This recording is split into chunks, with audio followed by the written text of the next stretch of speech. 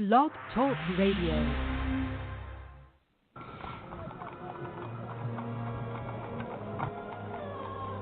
The year, 1888. The place, London's East End. Dead and mutilated bodies are popping up all over, from Stamford to Whitechapel. Jack the Ripper is leaving his mark, and the city's on edge. Yvonne Mason is back with a tale of murder and millinery. The Rhodes Hat Factory is booming while the body count rises. Why now? How are these hats connected? Has the Hatter gone mad? Mad Hatter, from Yvonne Mason. Available now on Amazon.com. Good evening, ladies and gentlemen. It is Friday night in a wet, rainy, dark, dreary, cold, well, maybe not cold, South Florida. And this is Off the Chain. I am your host, Yvonne Mason. And, of course, that was a piece of shameless promotion. I spared y'all that for quite a while. That is my book, The Mad Hatter, and it was created by my friend Chris Dunham, who is an excellent voiceover person. He knows how to make my books come alive. And if you haven't read The Mad Hatter and you love historical fiction, go and get it. And, yeah, I'm going to plug it tonight because that was one of the most fun books I have ever written. It is historical fiction, and it has a twist to it. So y'all all know me, how my mind works. Now, tonight, I have to say, once again, you as my guest and as my listeners have just blown me out of the water. Y'all all know that I've been away for a while due to health reasons with my husband, but we're back now, and we're coming back with a vengeance. We are bringing on guests that have never been on before and will come on again.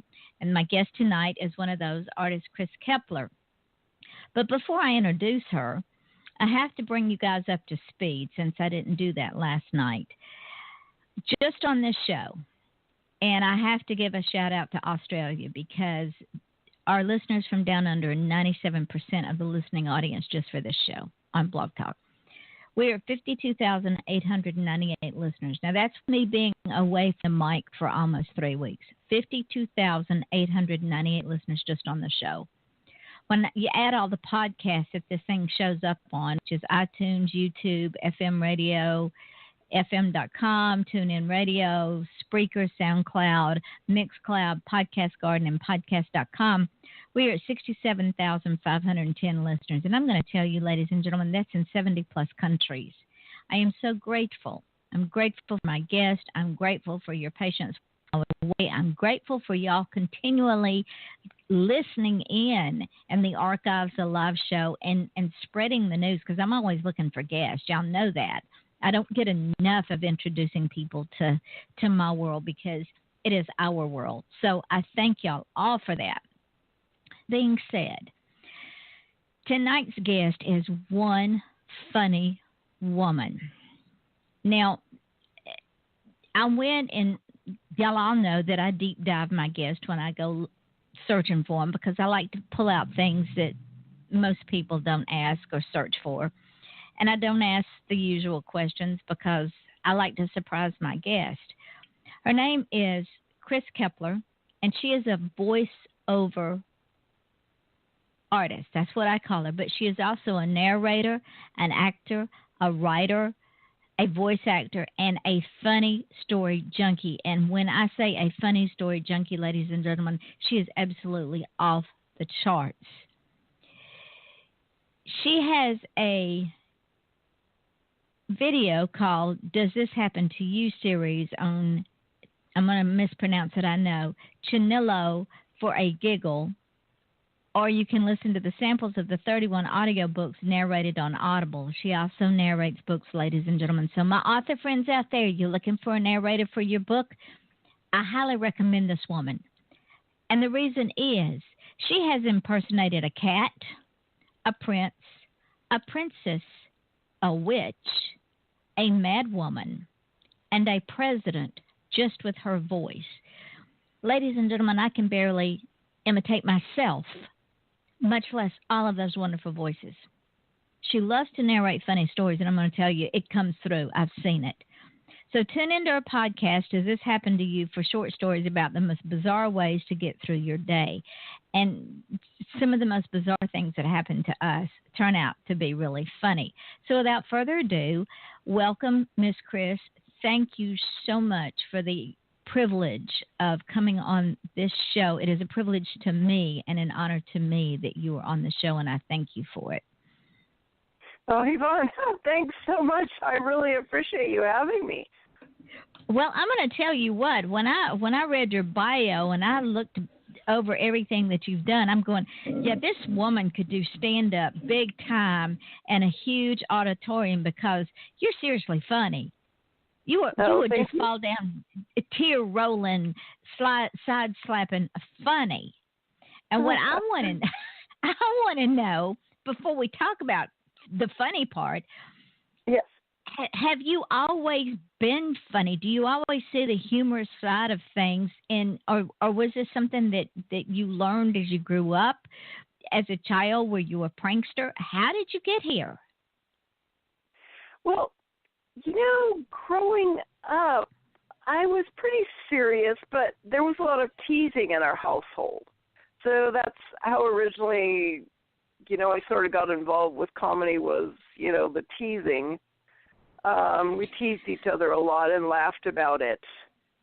Did you pull practical jokes on each other as well?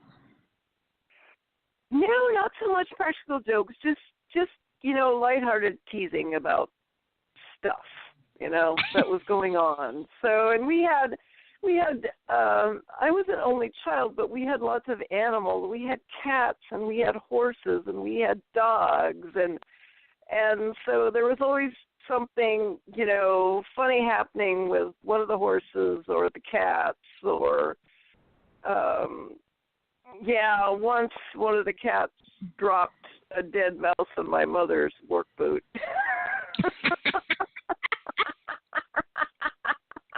Oh, I see a story there. And what was the reaction for that one? He just brought her a gift. Yeah, she came in there and she was cussing. That darn cat. Where was the mouse? And of course, Kris was over in the corner just rolling on the floor, I guess. Oh yeah, we thought it was hilarious, and she laughed about it too after getting over the, shock. Well, the cat was just bringing her a present. Yeah. Look at I can see the cat's feeling here. Look, I'm doing my job. I'm showing you the fruits of my labor. Why are you getting mad at me? Yeah. So on this farm, for lack of a better expression for it, is this where you learned? Is this where you learned how to imitate the animals? Yeah, I would say so. Yeah, that's definitely where I have a real. I love animals, and I love to interact with them, and I've always found them interesting, how they think, what they do. I've got 2 dogs now that, I write funny things about because they're 2 funny characters. Okay, well let's do this. If let's set the stage for our audience, because I want them to get a taste of the hilarity of Kris Keppeler. I'm going to set the stage, and the stage is this.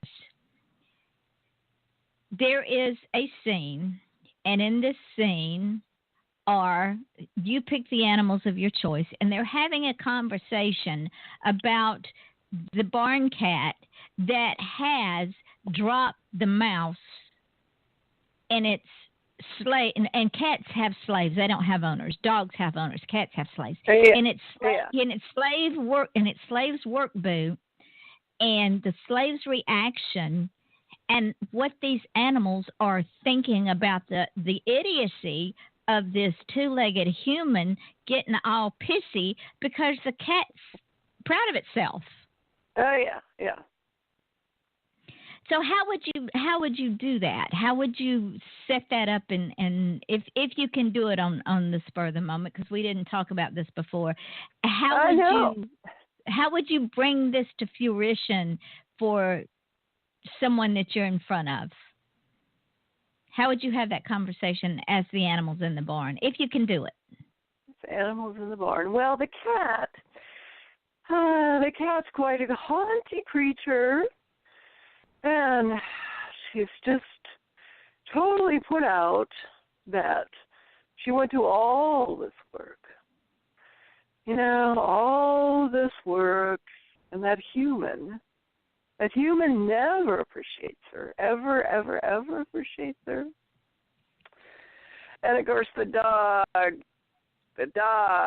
is like, whoa. Yeah, what? What do you mean? I love my human. She loves me. If you weren't so stuck up, there wouldn't be a problem. That is good.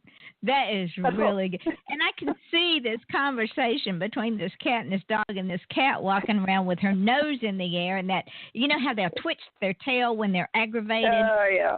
And side glance at you as if to say, really, you really did not appreciate my gift. See if I go and hunt a mouse for you again. Yeah. Well, I had great fun. Just a few months ago, I completed a children's book. And it's called A to Z Animals. It's an audio book. And I had to provide a different voice for each animal. There's about 10 different animals that talk. Wow. And so it was really fun, but it's like, oh my gosh, what does an anteater sound like? And I'm like, oh yeah, it has a really long tongue, so it talks like this. Yeah. That is great. I love it. Because anteaters don't make any noise. They just no, but you have to. That was a really fun challenge to give. That was one of the harder ones, the anteater. Now, in your bio, you say that you use humor with business. How do you use humor with business? Because I know you do a lot of things with companies. How do you show businesses that it's okay to laugh? Because most businesses are straight-laced and serious all the time. I know, and the blogs you read are just, oh my gosh, it's, boring. You don't want to put your clients to sleep, in the first two sentences. So that's what I do is, well, how do you, I usually, before I start into the more serious aspects of the blog about the business, I write a little story that sort of segues into the more serious, such as I did a blog about an app, a grammar app. And so what came to mind was the fact that I never learned grammar very well because my 8th grade teacher was a stand-up comic. And that's what we loved him. It was a fun class to be in, but I didn't learn any grammar. All I heard was jokes. That's amazing. So it's like, well, maybe your business people had an 8th grade teacher like I did, and they did.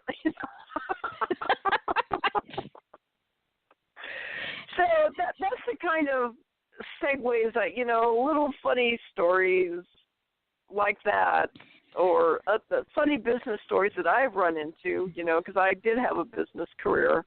I was in purchasing for 20 years, so I had lots of funny stories from that. So I often use some, funny business stories segue into the more serious part. So it engages, the customer up front, rather than putting them to sleep. And I've read some business blogs and some business mission statements and sat through some business meetings in my tenure in corporate America, and I'm thinking, my word, has my watch stopped? Is time standing still?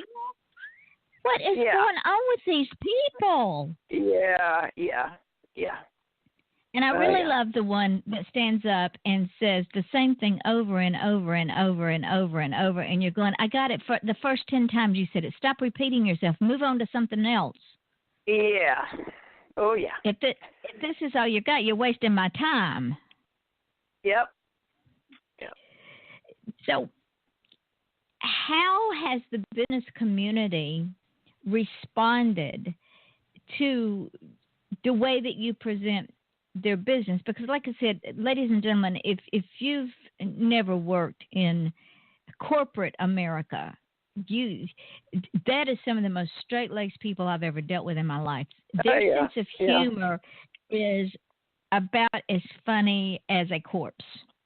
Well, I don't know. A corpse can be pretty funny, though.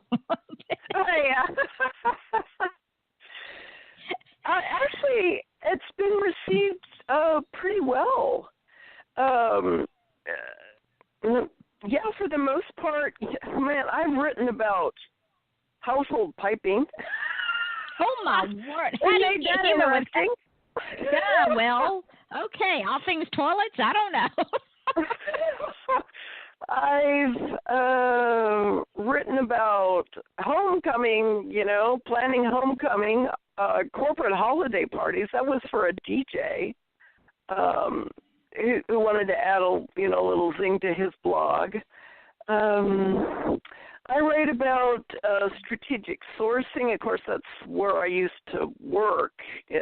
I worked in manufacturing, strategic sourcing, and all of it's been actually very well received. Well, do you think that the dynamic and the attitude of businesses has changed their course and their way of thinking, and that it doesn't have to be stagnant and somber and funeralistic in order to be successful, that people have to have a sense of humor because you're dealing with humans?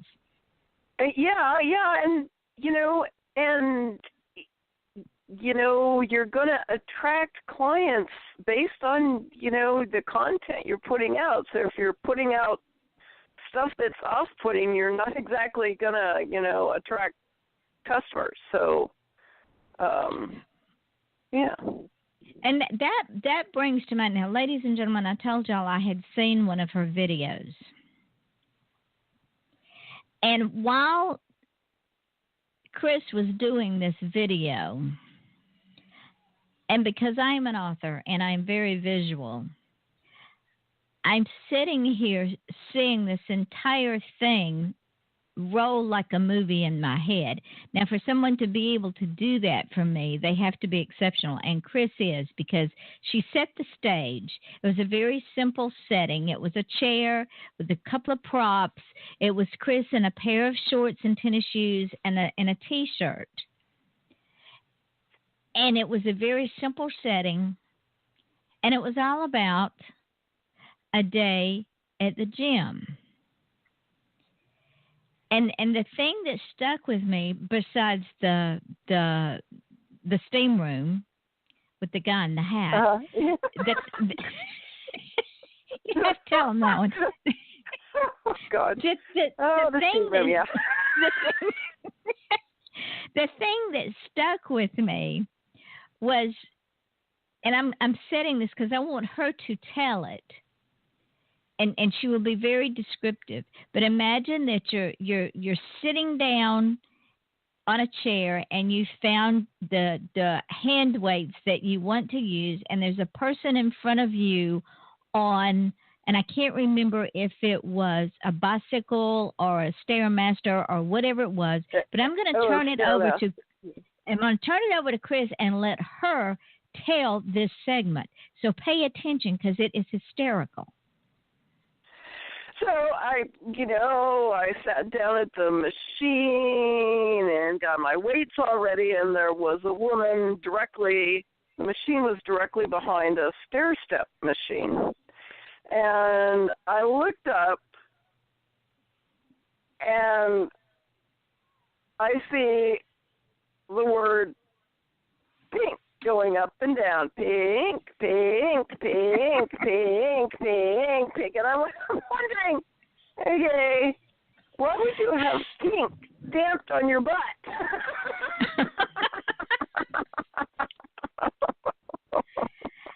Now, let me ask you this. Did that, in its stupidity,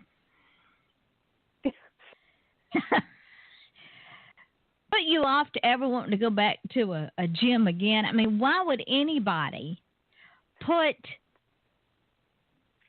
a chair in front of a Stairmaster? I don't understand that. I don't. Yeah, it wasn't a good place. No, it was a very bad place to have. But, yeah, I'm a dyed-in-the-wool gym rat, believe it or not. And I'm still there 3 days a week. So. Now you have to tell them about the guy in the steam room too, because that. Oh. That's hysterical. I don't know what it is about me, whether I have this friendly face or my smile or I don't talk a lot, but every time I walk into that steam room, there was some guy, and it was always a guy. Always a guy.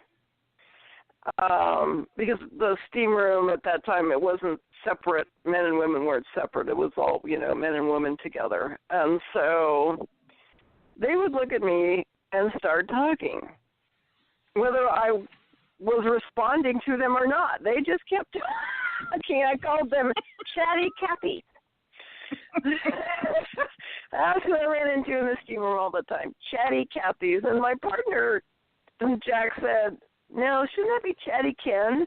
And then he started coming into the steam room with me, and he said, no, Chatty Cathy, you're right.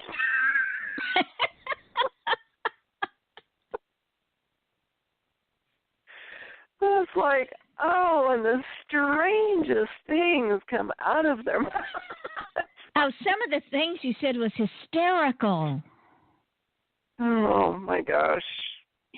And now she has 2 dogs. We have 2 dogs. Yes. And apparently, according to this little blog that I pulled up, it's titled Kris's Bodyguard Service. Oh, now, yes. Why? Her dogs are named Benny and JJ. Yes, Benny and JJ, they're brothers. They're from the same litter. And they're part Australian cattle dogs and possibly part border collie. Guys are really, really smart. Extremely smart. Extremely smart. Sometimes it's like, I've discovered I don't have 2 dogs, I have 2 small children. Who are smart enough to play, let's manipulate the rest of the pack. Well, I want to know why JJ thinks that he needs a bodyguard. Well, you see, his brother is laying somewhere up at the top of the stairs. And don't you know that unless someone escorts him, his brother will jump out and beat him up. However, his brother has never, ever, ever beat him up. Ever. But, he will actually, stand at the bottom of the stairs and bark until you get up and come and say, it's okay, your brother is not here. And then he'll come up the stairs. See, he's got you trained. Oh Lord, yeah, they're kind of spoiled, to say the least. I understand that. My my Maltese owns me. I don't own him. He owns me. Yeah. So I feel your pain. The struggle is real. In fact, he doesn't like thunderstorms, so I had him up in my office chair behind me while I was working today. Well, I got up to go do something, and he sprawled all over the office chair, and I went to sit back down, and I hear, rah, rah, rah, rah. I said, okay, fine. Yeah, yeah. I go get something to eat and go sit on the couch, and he sits up in the office chair and gives me the look. Now, I know you've gotten the look. Oh, yeah, I get all kinds of looks. And my husband says, Yvonne, he's giving you the look. I said, it'll be okay.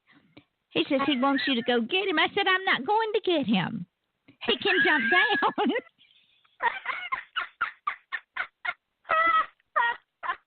So, yeah. and I'm sitting there eating, and in a few minutes he figures out, yeah, I can jump down. So he jumps down, comes and jumps up on the couch, and before he gets over off his corner of the couch, he turns around and has the audacity to give me the look again.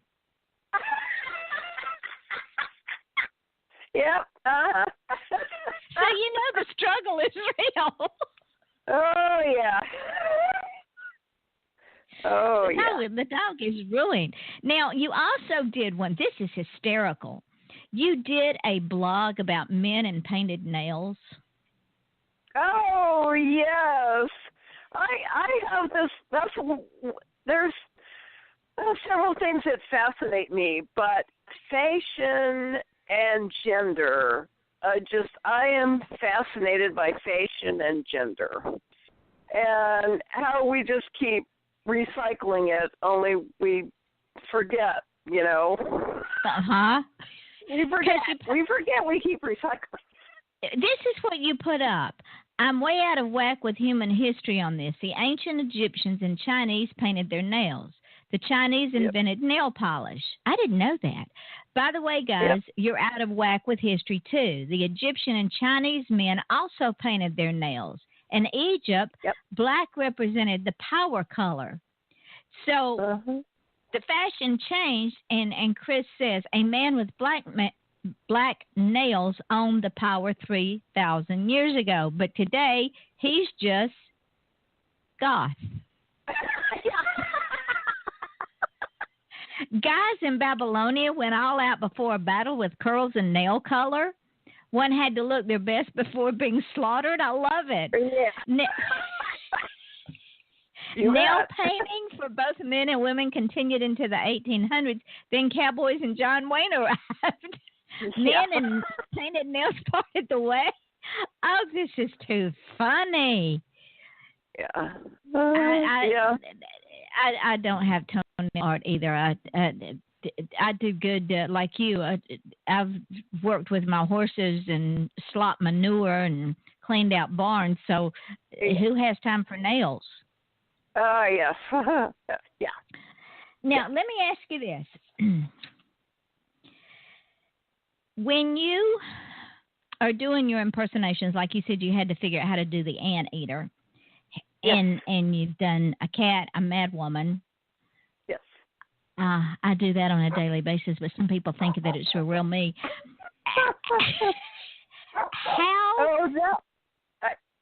How do you get into the mindset of that character? Because I know when you do audiobooks for authors, one person generally does the entire book and has to change their voice so that they don't even sound like the other people within the characterizations of the book. How do you do that successfully? You know, I usually give myself an overall, I'm thinking of the character in a visual manner. And sort of, you know, what they look like. What they look like. I find that helps me as an actor when I'm, you know, voicing multiple characters. Just what they look like. Sometimes it's it's just a character.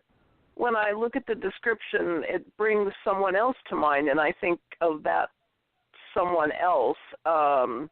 Like I recently did on my podcast, I was voicing a 4-part series, a satire on Cinderella. Ooh. And she had a fey godmother, but it was a guy. Okay. An old guy, no less. So it's like, okay, I just saw old drag queen, you know? It's like,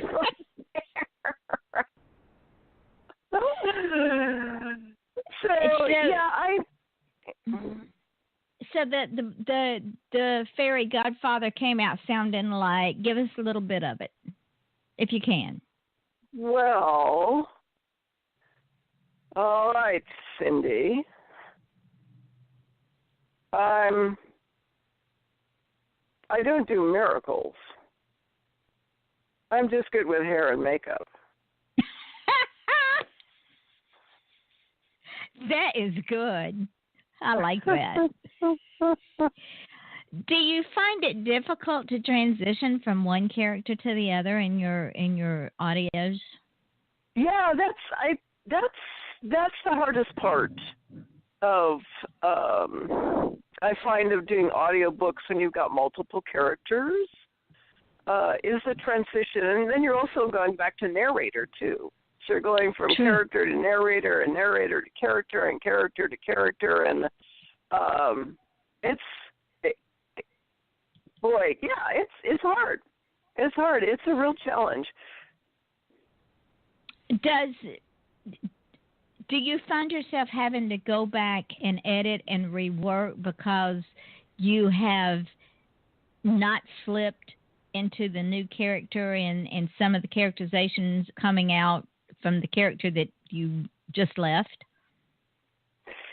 You know, generally I find I catch most of my mistakes even with characters at the time I'm doing it. I just realize, no, that wasn't quite right. So we got to go back and redo. Yeah. You know, in general, in the audiobooks that I do, even in nonfiction, I find that I catch 90% of my mistakes as I make them. Yeah. Which do you like doing better, fiction or nonfiction? Oh boy, I'd say the fiction with characters is I find that a real challenge. I think because I worry about making the characters real enough, you know. Nonfiction, I find nonfiction to be a little easier. Yeah, just because I find nonfiction is a little easier for me personally to bring to life. I don't have to worry about.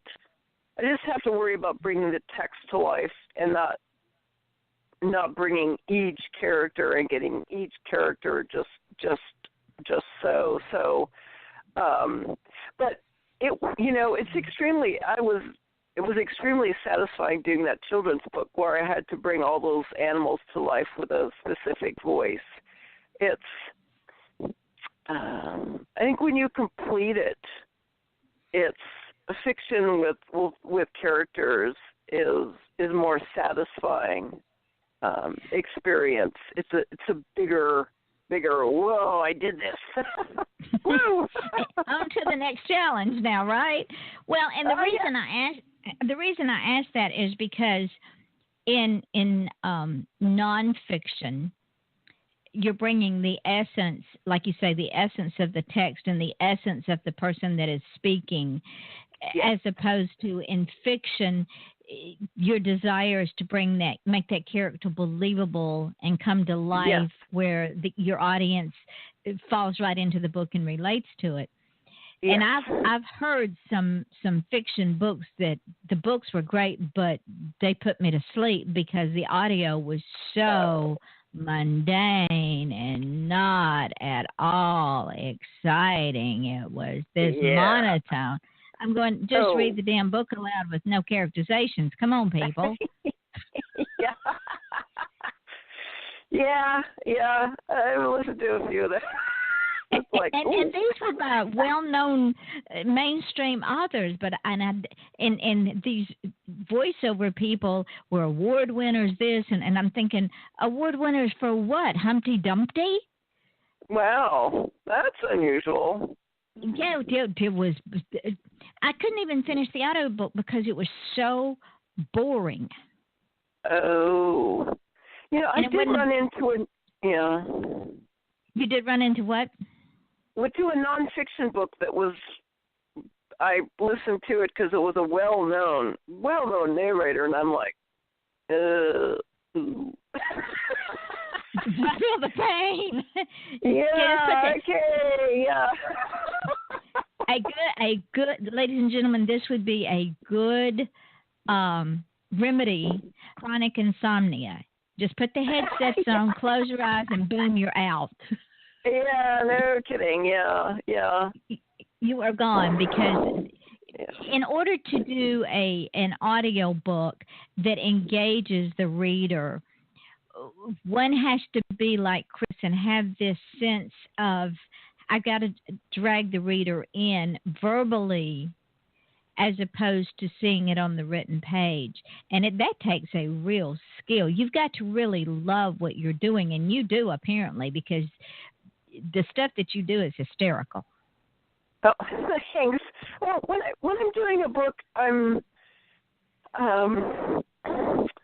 really, I narrate with interest because I'm interested in what I'm reading, and I need to be engaged in what I'm reading, so that way the listener hopefully is then engaged. And that brings up another point. If the narrator is just doing it for a paycheck, it comes through. Yeah. We're opposed if the narrator, like you, are engaged in the book. Boy, I'm going to make this book pop because I see these characters and this dialogue and this back and forth and all this conflict going on, and I know how to make it work. Yeah. Yeah. You really need, as a narrator, you really need to be engaged with the book, and you need to find what you're saying out loud interesting. That's the number one thing that I think about, especially when doing nonfiction. So in all fairness, would it be correct to say that if somebody asks a narrator to do a book for them and the narrator, A, is not interested in the book, it's not their shtick, and that's okay, or they don't feel like they can do it justice, it's okay to turn that down, not because the book is badly written, but because the narrator can't bring it to life? Yeah, it's just not a good match. It's really, and I recently took a webinar with the best-known nonfiction narrator, Sean Pratt, and he does. He said, I do that. They may pick me for this book, and I read this book and say, whoa, there's no way. There's no way I can do this. So he regularly turns down books he gets if he does not feel that they're, a good match. And this is he's working for major audiobook publishers. So. And it has to be a marriage of sorts. Yeah, it does. Yeah. And it's like reading for a part for a movie. It has to, the actor, actress has to be able to be married to that part and bring that part to life in order for it to work. Because I'm going to tell you, I've seen some movies when I'm saying, why the hell did they pick so-and-so? That is not the part for them. God help them. Yeah. Love them, but no. Yeah. I'm just shaking my head. What idiot thought this up? The brainiacs in Hollywood. You want to go, really? What were you smoking that day, or taking, or drinking, or no? And then they wonder why the movie flops. Oh, yeah. Yeah. So, ladies and gentlemen, if you are serious about getting your book narrated, you have to understand that if a narrator turns you down, it is not because your book is bad. it is probably because the narrator does not feel they can do the book justice, and there's nothing wrong with that. You don't want to put something out there that's going to put especially somebody like me, to sleep. And I'm the world's worst insomniac, but a bad book on Audible can put me out in 3 seconds or less. Yeah. Maybe you should do a shtick on putting people to sleep with audio. Yeah, it's really important to get the wrong, like you said, a narrator that's not good for a book can turn a good book into a not so good book. So, and I always, even if the author thinks I may be a good match, it's like, I'm going to give you at least the first 5 to 10 minutes. And you listen to that, and then if you're happy with that, then we'll go on. So, yeah. I can't, I just pulled up another blog of yours because it jumped right out at me. And ladies and gentlemen, the it's called Loaded Bratwurst. Really? Oh, that's another of my. I am fascinated with stupid crime.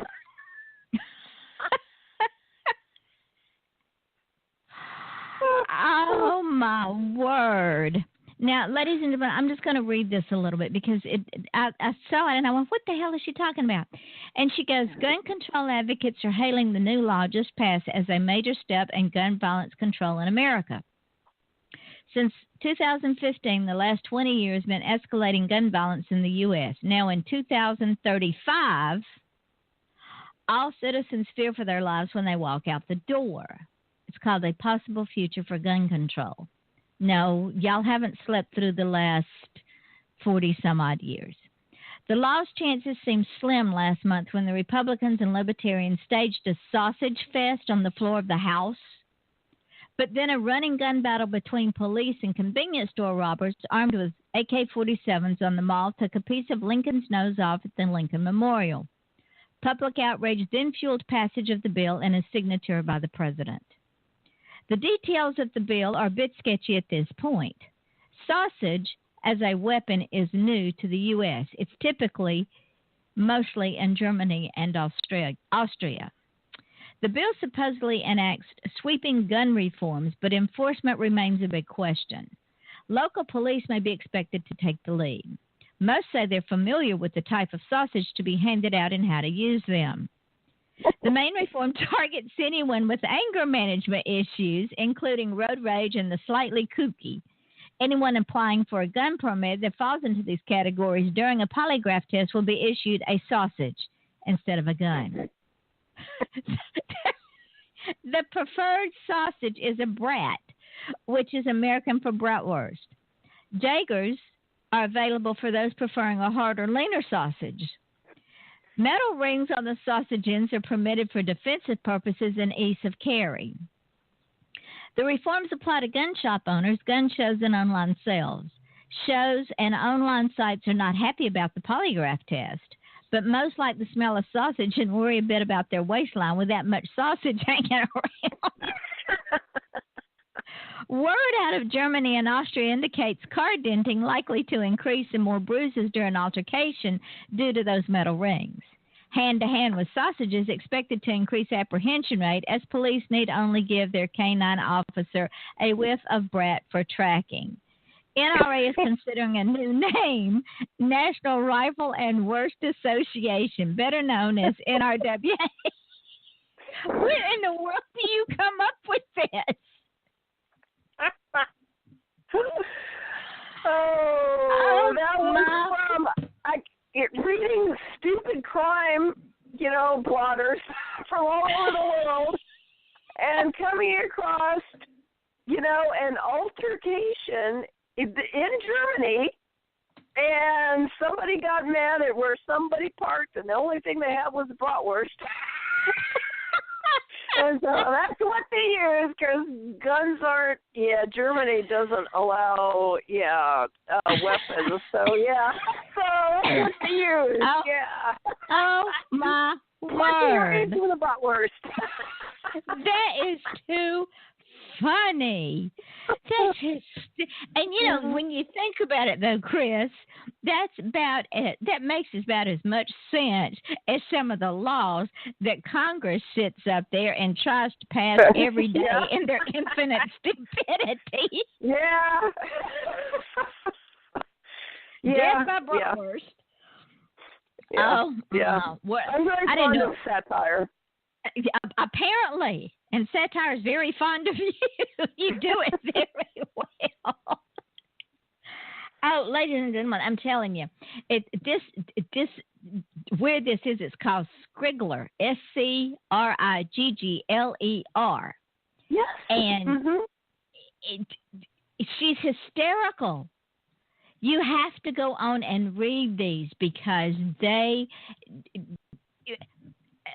unfaithful, naughty, and cheat want you. See, it's just the titles. It was something else that came across her desk. Did somebody come across your desk and want to have an affair with you, but they were unfaithful, naughty, and oh my word. Y'all just have to go on. It's just, you'll fall down laughing. I'm telling you.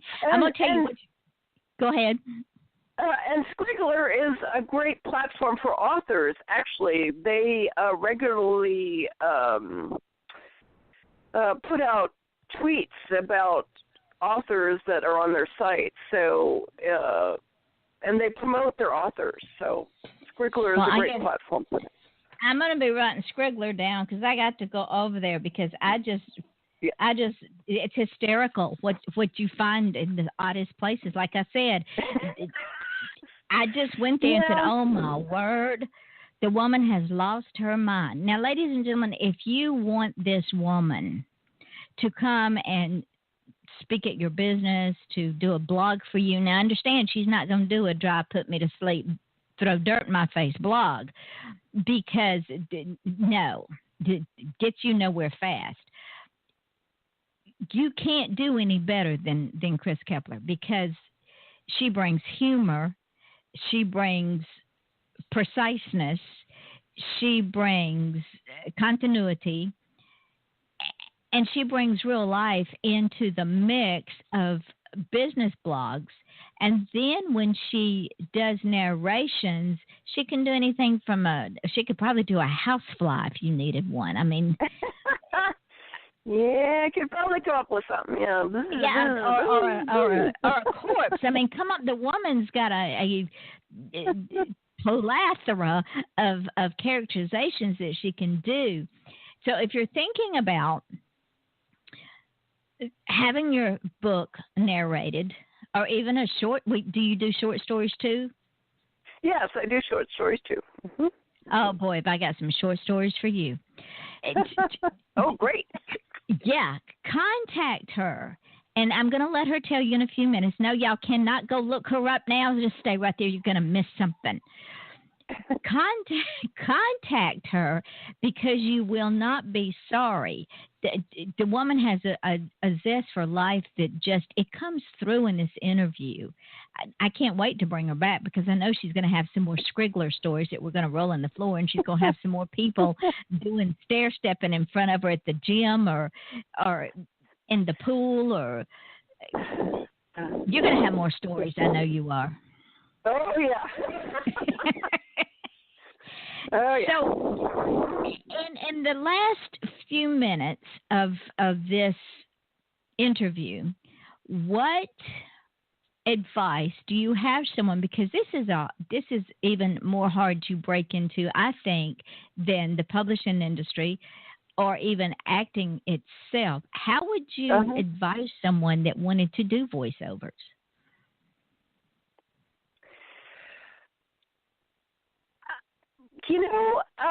The first thing is to have a love of using your voice. I started out actually performing as a singer, and I started out in junior high. I was in choir, and then through high school, and then into college, and then I started taking voice lessons, and I like using my voice and, singing, and it just sort of segued into using it,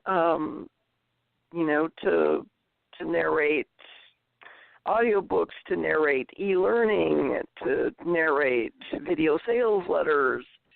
But I think you really need to love to use your voice, and then you want to learn how to use it correctly. That's you really have to, because it's voiceovers. It's tough. Yeah, it's really tough.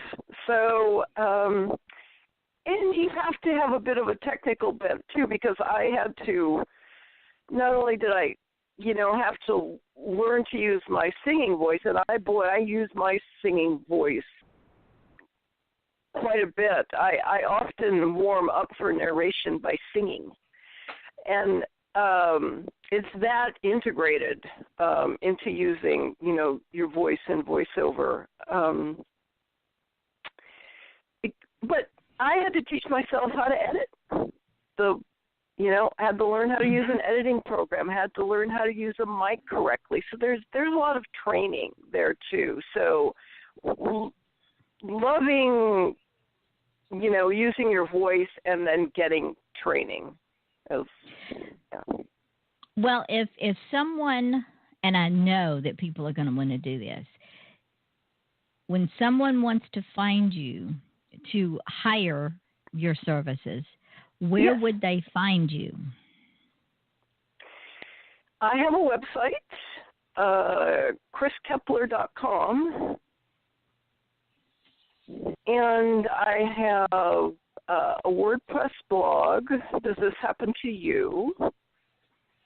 I have a podcast, Does This Happen to You? And I'm on Twitter at Kris KK I'm on LinkedIn. You can find me on LinkedIn. In fact, I think that's how we hooked up. Yeah, that may be, yeah. So, and I'm also out on acx.com, which is the clearinghouse for authors and publishers looking to turn books into audiobooks. And I'm out there. You can listen to, can look at all the different projects I've done out there. I think it's 12 now. And contact me that way too. So lots of different ways. So, ladies and gentlemen, if you don't go get her before she gets too rich and famous and doesn't have time for you, it's your own fault. I'm going to tell you, it's your own fault. Because this woman is she's going places. Anybody that can do satire like her and then do voiceovers like she does, no, she's not going to be unknown. She is the world's best kept secret right now, and it's not going to be that way for long, because she's going to explode, and then we're going to say, yeah, we knew her when we heard her on Yvonne's show. Thank you for the support. You are very welcome. And ladies and gentlemen, our time is getting short, and I wanted to let you know that the guest that we had coming on last night, and this is why I get irritated at publishers, because all of a sudden it was a conflict of interest. I know it wasn't her fault, but the publisher said it was a conflict of her interest for her to come onto my show to promote her book. This is why I'm an indie author. Because this is a platform for authors to shine. And why the publisher said it was a conflict of interest, I have no idea. But bless her heart, she's not going to be able to come. So we are dropping back in punting. I have another young lady. Her name is Deborah Fair, and she has done an anthology. It's her first anthology, and she will be on tomorrow night at 8 o'clock Eastern Daylight Time. So I want you to welcome her. Next Wednesday will be the only show that I will have for the week, because I will be out of town until Sunday. But the following week, we will start again full bore with 4 shows, Wednesday, Thursday, Friday, Saturday. So Y'all join us. Go and look up Kris Keppeler because you will not be sorry. She's an amazing woman. You'll laugh so hard you'll cry. You might even wet your pants or a time or two. Just saying. I'm just saying. It happens. Nothing to be ashamed of. It happens. So I want to thank you, Miss Kris, and by all means, don't hang up, but sometimes I run out of time before I get to thank my guests. I want to thank you so much for the privilege of you coming on the show and being my guest tonight and making us laugh. I don't think we've laughed enough this week. Oh, well, thanks so much. I really appreciate it. And ladies and gentlemen, y'all all know that I say several things when I close my show because I believe in these things. One of them is, and I'm sure Kris will agree with me, that you can't just feel special because a feeling is fleeting. You have to be special. And in being special, you have to get in front of the herd, not become part of the herd. Think about that. Also, one day you'll be just a memory for some people. Do your best to be a good one. Think about that one. And one that I really, really like that I said several times last night is the difference between who you are and who you want to be is what you do. Now, I'm going to repeat it again, ladies and gentlemen, because I firmly believe in this. Your past does not define you. The only thing that defines you is what you do. So the difference between who you are and who you want to be is what you do. Your past is only a defining moment. It does not define who you are. Then what I always like to say is, you want to achieve greatness, and I'm sure Kris will agree with me on this one as well. If you want to achieve greatness, would you stop asking permission? Because nobody's going to give it to you, ladies and gentlemen. Number one, because they get envious, and haters are going to hate. They want to hold you back because they haven't made up their mind they want to achieve greatness. So if you want to achieve greatness, stop asking permission. Just go out and do it. Be surprised at what you can accomplish. Am I right, Kris? Yes, that is true. Very true. So your smile is your logo.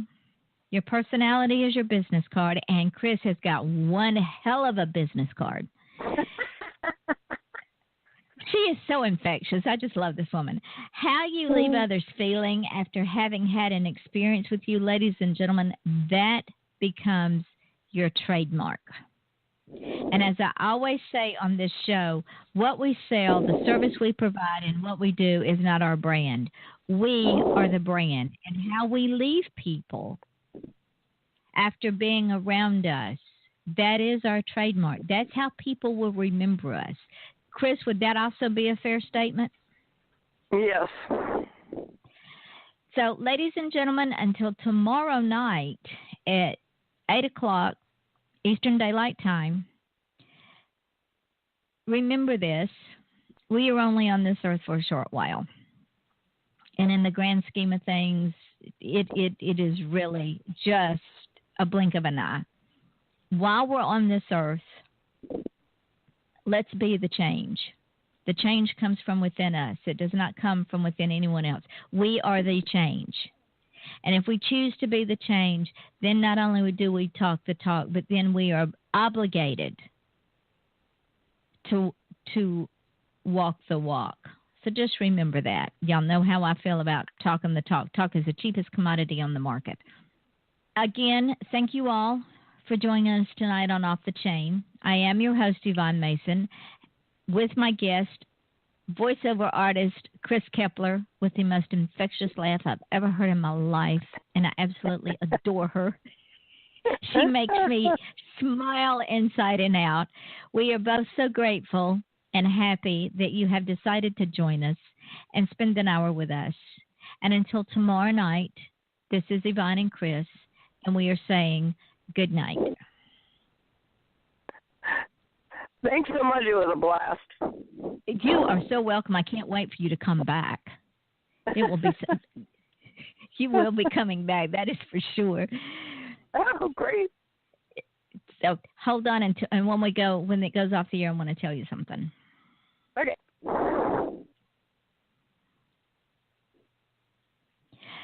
So we're off the air, but whatever we say is going to show up in our archives. But I did want to remind you that I will post this up as soon as it goes up and tag you in it. And then tomorrow when I post it in all the podcasts, I'll also tag you in all those. Take this and use it as a recruiting tool and an advertising tool for yourself. Oh, great. Thanks so much. I really appreciate it. Well, that's my gift to all of my guests because I believe in giving them a hand up and watching them succeed because y'all are only as successful as I help you to be. And I'm only as successful as I help y'all to be. So I want y'all to be very successful. Yeah, and we want you to be successful too. Oh, honey, we're getting there. It's a group. Yeah. It's a tribe effort. Yes. Yeah. It's a tribe effort.